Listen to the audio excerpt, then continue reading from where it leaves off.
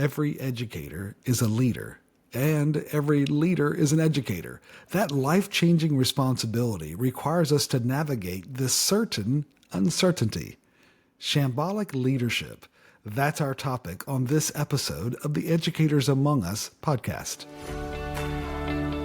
Welcome to the Educators Among Us podcast, where we share motivational messages and inspiring stories for and about educators. Your host, Scott Barron, is author of the critically acclaimed book, Love 'Em and Lead 'Em, and provides powerful insights and wisdom for those who heed the call to teach, coach, lead, and serve at all levels of education.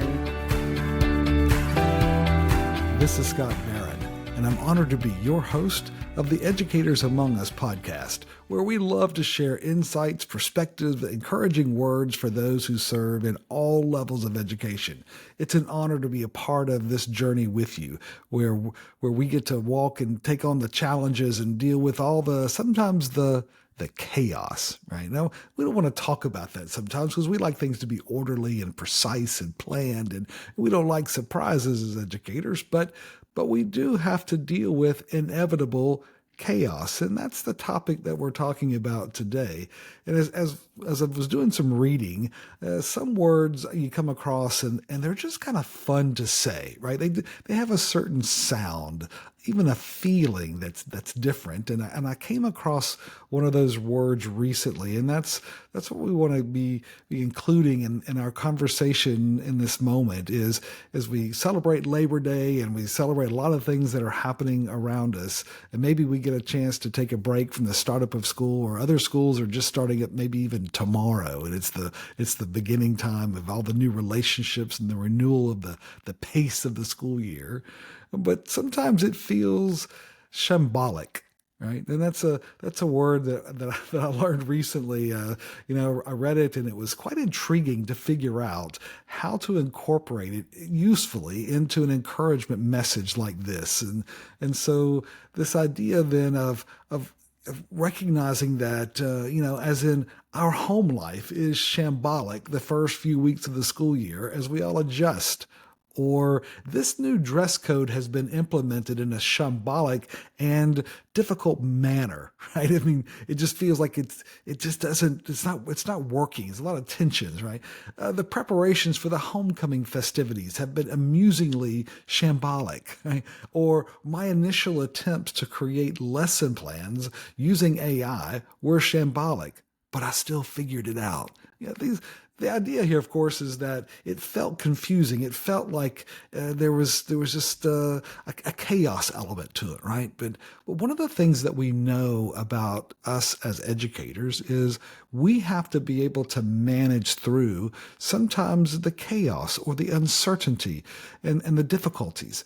One of the key qualities a leader must possess, said Jocko Willink, one of the key qualities is the ability to detach from the chaos, the mayhem, and the emotions in a situation and make good, clear decisions based on what is actually happening. Not getting caught up in the emotion of it all, or sometimes the fiction and the mythology or the gossip or anything else, but being able to still sustain our purpose and our role in those moments. And that's key, because what do we know about schools, right? It's going to be chaotic sometimes. And as Will Rogers once said, chaotic action is preferred to orderly inaction. We want to be able to be in the moment and make the decisions that are necessary.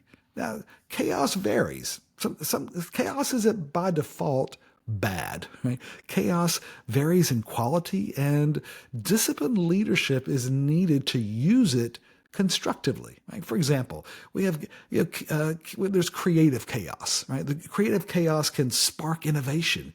It can create fresh ideas and even out-of-the-box thinking. That's, of course, we know is critical for those who profess to have a growth mindset. There's organized chaos, right? Using specific structure and rhythms and rules to make it productive. Sometimes out at the marching band practice, it looks like it's chaos, but it's actually organized chaos, sometimes at practice or sometimes at other events, right? There's actually an underlying plan to it, and it turns out pretty good. There's adaptive chaos. Now, this is where we're forced to grow and actually develop some resilience, even progressively improving the results. In other words, it's a learning cycle. And a lot of schools talk about having an entrepreneurial mindset, which of course is going to be really important. And as we move forward into some new opportunities in the way schools are led and designed. And of course, we have to learn. We have to try things. We have to see how can we improve and leverage some of the new technologies and new methods to improve the results.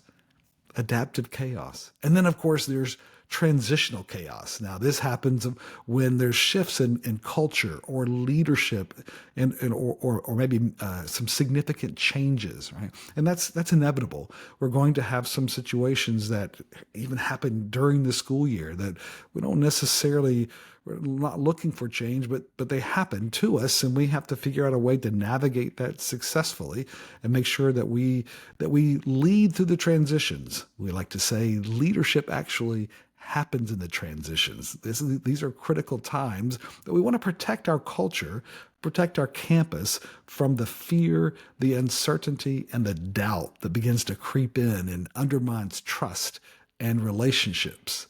Isaiah 26:3 says, "You will keep in perfect peace those whose minds are steadfast because they trust in you." Right? Listen, every educator is a leader, and every leader is an educator. Now, this is really important. Every educator is a leader, and every leader is an educator. So if you unpack that, right, the evidence is unanimous in the conclusion that it's the living curriculum that produces the greatest impact on education quality and student growth. It's the people, right? It's all the teachers and the staff and the coaches and the administrators and even the board leaders. It's everybody who's involved in the process. It's the quality and qualities of the educators that defines the culture of every school, especially their behavioral norms, right? How they interact on a daily basis. That makes the greatest difference. Their words have a particularly lasting influence. A kind word, for example, a patient explanation, or an aspirational challenge to rise above, to accomplish something even greater, right? That's where character and identity really become advanced, right? That is leadership, visionary influence to learn and to grow. We are leaders. Educators are leaders. And our society has long diminished the leadership role of educators, viewing them as maybe deliverers of curriculum rather than cultivators of destiny. But when they step into the role each day and they carry the authority and the responsibility of leadership, hey, things change. They set the tone for collaboration. They make sure that we're creating the best environment for students to grow and to thrive, right? And that's critical for the development of everyone. Educators model how to navigate conflict, how to pursue wisdom and truth, and honor commitments with integrity, right?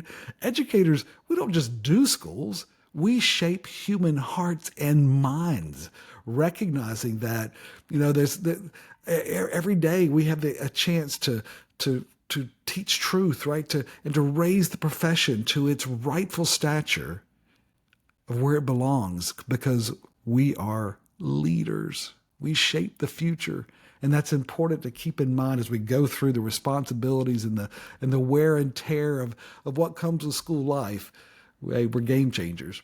We're well into the era of education, this new era that demands the mastery to thrive in chaos, where astute planning and perfection give way to curiosity-driven trials and even failures, right? That's going to be part of the journey, because we don't know what we don't know about how to use some of the emerging practices and technologies that can be really life-changing and have even elevate our impact. But what's interesting is that one person's chaos is another person's canvas. Right? Where it feels uncertain and just unorganized, others are actually using that as a way to create something beautiful. Right? And so highly effective educators, they discipline their emotions. They are careful with their words and their influence to enable the wisest decisions available. So we trust in who and what is eternally constant to find peace in the midst of the uncertainty. So the encouragement is here: embrace your role. Embrace your role as a leader through chaos this week, my friend, making the most of every opportunity with wise and decisive action. We all have that those uncertain moments. We have the things that change on us, and we maybe feel uncomfortable and uncertain, but you're a leader. And you change lives. You actually change and shape the destiny of people. So as you go through this week and you have the chance to speak into the lives of others, ask yourself this question at the end of each day: did I do my best to advance mastery in chaos today? Did I do my best to advance mastery in chaos today? Love them and lead them, my friend. This is Scott. Thank you for joining us for the Educators Among Us podcast and for your courageous commitment to this noble calling. We get you and the challenges of this work. To stay connected with this community, be sure to subscribe to our podcast and weekly encouragement at educatorsamongus.com.